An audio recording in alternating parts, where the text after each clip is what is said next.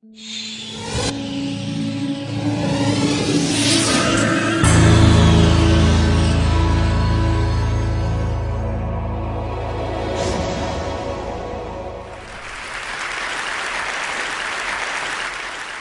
I'm going to show you again something about our diet.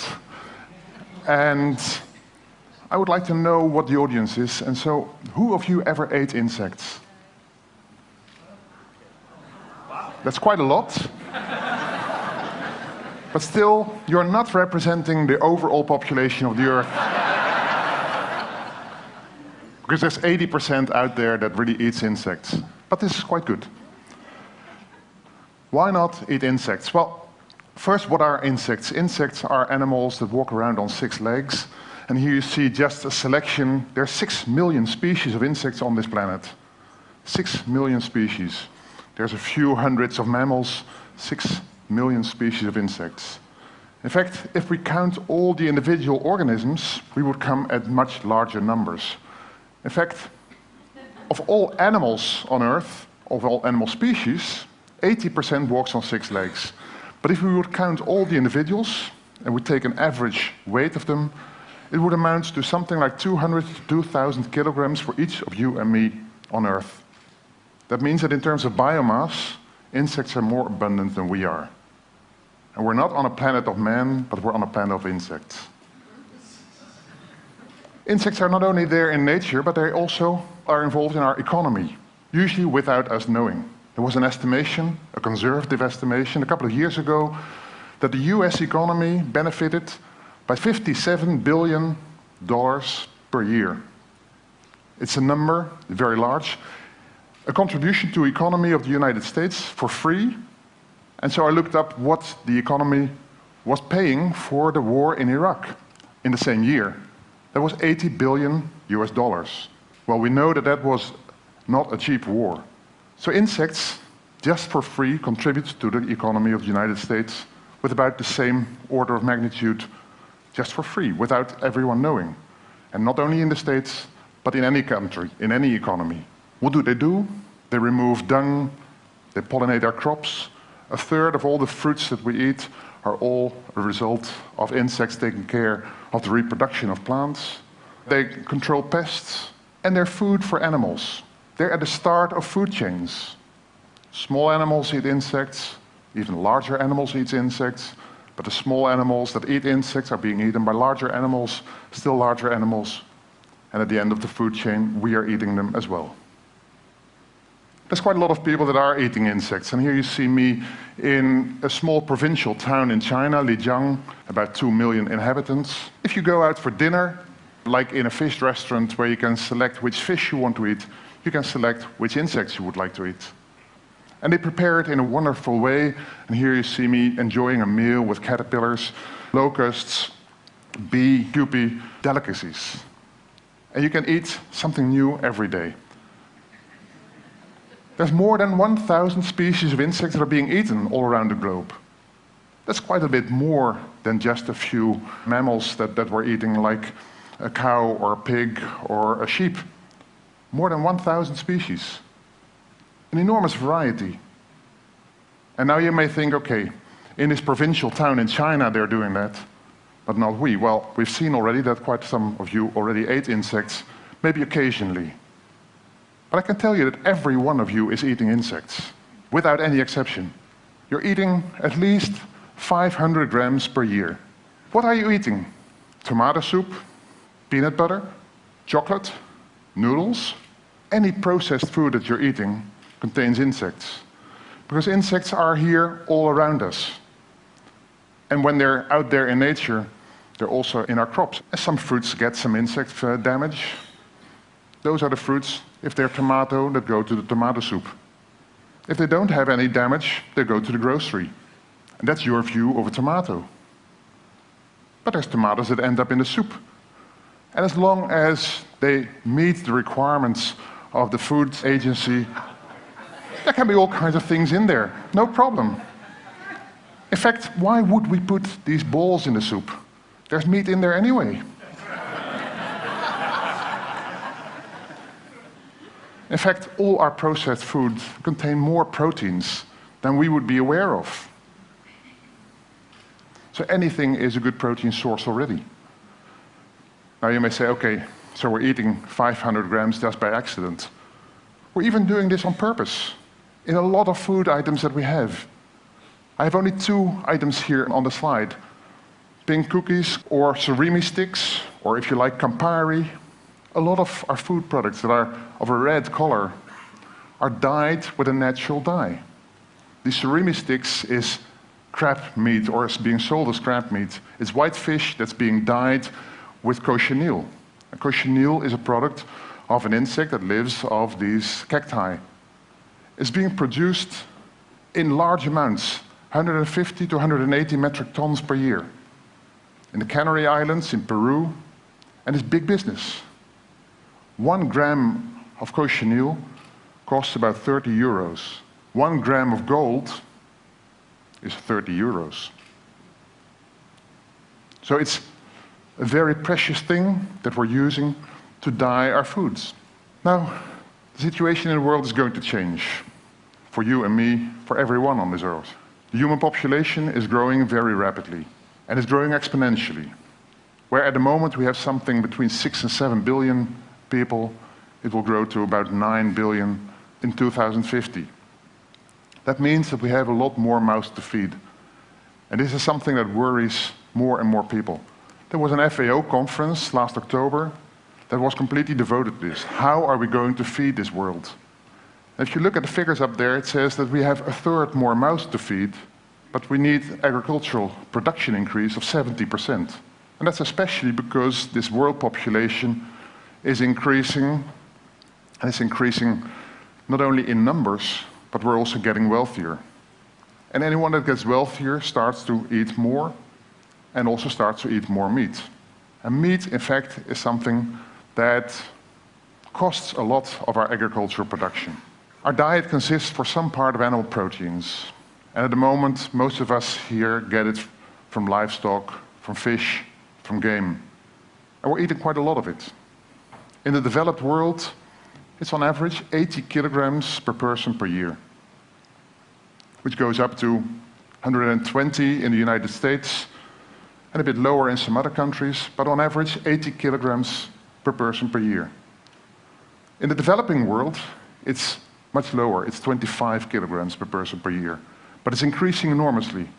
In China, in the last 20 years, it increased from 20 to 50. And it's still increasing. So if 1/3 of the world population is going to increase its meat consumption from 25 to 80 on average, and 1/3 of the world population is living in China and in India, we're having an enormous demand on meat. And of course, we are not there to say, well, that's only for us, it's not for them. They have the same share that we have. Now, to start with, I should say that we are eating way too much meat in the Western world. We could do with much, much less. And I know I've been a vegetarian for a long time, and you can easily do without anything. You'll get proteins in any kind of food anyway. But then, there's a lot of problems that come with meat production, and we're being faced with that more and more often. The first problem that we're facing is human health. Pigs are quite like us. They're even models in medicine, and we can even transplant organs from a pig to a human. That means that pigs also share diseases with us. And in a pig disease, a pig virus and a human virus can both proliferate, and because of their kind of reproduction, they can combine and produce a new virus. This has happened in the Netherlands in the 1990s during the classical swine fever outbreak. You get a new disease that can be deadly. When you eat insects, they're so distantly related from us that this doesn't happen. So that's 1 point for insects. And there's the conversion factor. If you take 10 kilograms of feed, you can get 1 kilogram of beef, but you can get 9 kilograms of locust meat. So if you would be an entrepreneur, what would you do? With 10 kilograms of input, you can get either 1 or 9 kilograms of output. So far, we're taking the 1 or up to 5 kilograms of output. We're not taking the bonus yet. We're not taking the 9 kilograms of output yet. So that's 2 points for insects. Then there's the environment. If we take 10 kilograms of food and it results in 1 kilogram of beef, the other 9 kilograms are waste. And a lot of that is manure. If you produce insects, you have less manure per kilogram of meat that you produce. So less waste. Furthermore, per kilogram of manure, you have much, much less ammonia and fewer greenhouse gases when you have insect manure than when you have cow manure.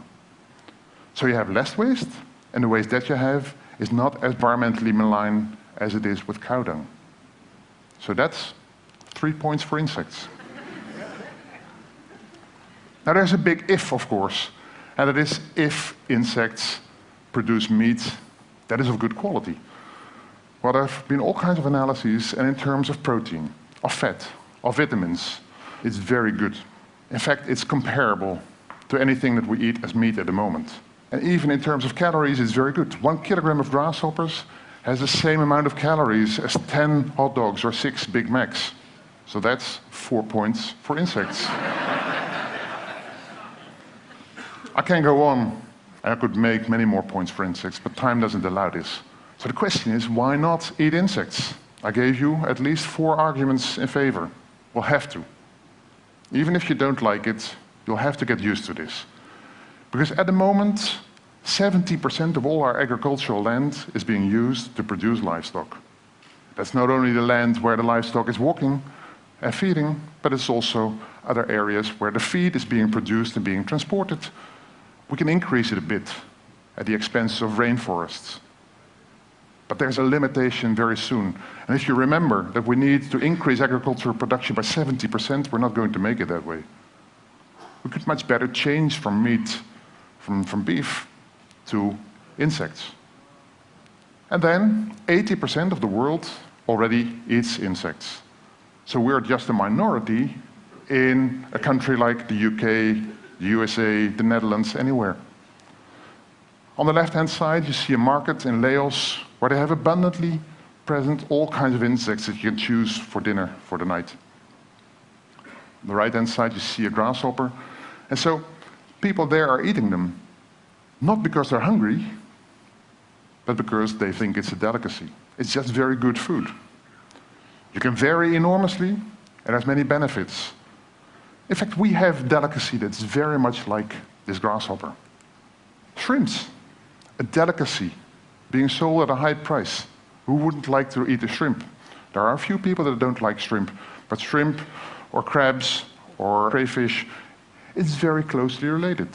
There are delicacies. In fact, a locust is a shrimp of the land. And it would make very good into our diet. So why are we not eating insects yet? Well, that's just a matter of mindset. We're not used to it. And we see insects as these organisms that are very different from us. That's why we're changing the perception of insects. And I'm working very hard with my colleague Arnold van Huys in telling people what insects are, what magnificent things they are, what magnificent jobs they do in nature. And in fact, that without insects, we would not be here in this room. Because if the insects die out, we will soon die out as well. If we die out, the insects will continue very happily. So we have to get used to the idea of eating insects. And some might think, well, they're not yet available. Well, they are. There's entrepreneurs in the Netherlands that produce them. And one of them is here in the audience, Marjan Peters, who's on the picture. I predict that later this year, you get them in the supermarkets.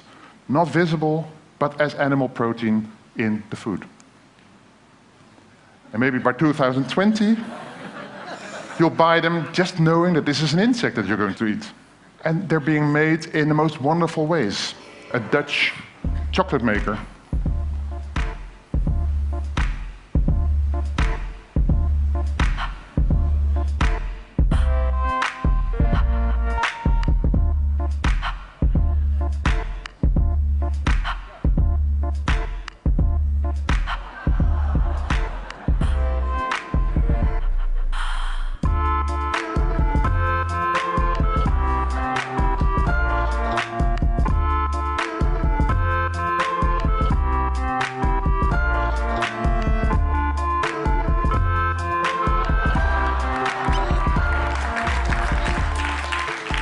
So there's a lot of design to it even. Well, in the Netherlands we have an innovative Minister of Agriculture, and she puts the insect on the menu in her restaurant, in her ministry.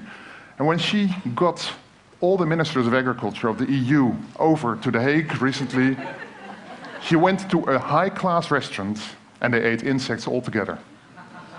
It's not something that is a hobby of me. It's really taken off ground. So why not eat insects? You should try it yourself. A couple of years ago, we had 1,750 people all together on a square in Wageningen town, and they ate insects at the same moment, and this was still big news. I think soon it will not be big news anymore when we all eat insects, because it's just a normal way of doing. So you can try it yourself today, and I would say, enjoy.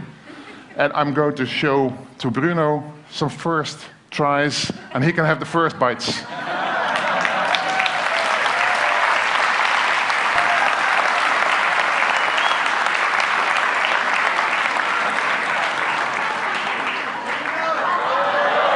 Look at them first. Look at them first. It's all protein. That's exactly the same you saw in the video, actually, and it looks delicious. Let's just make it nuts or something. Thank you.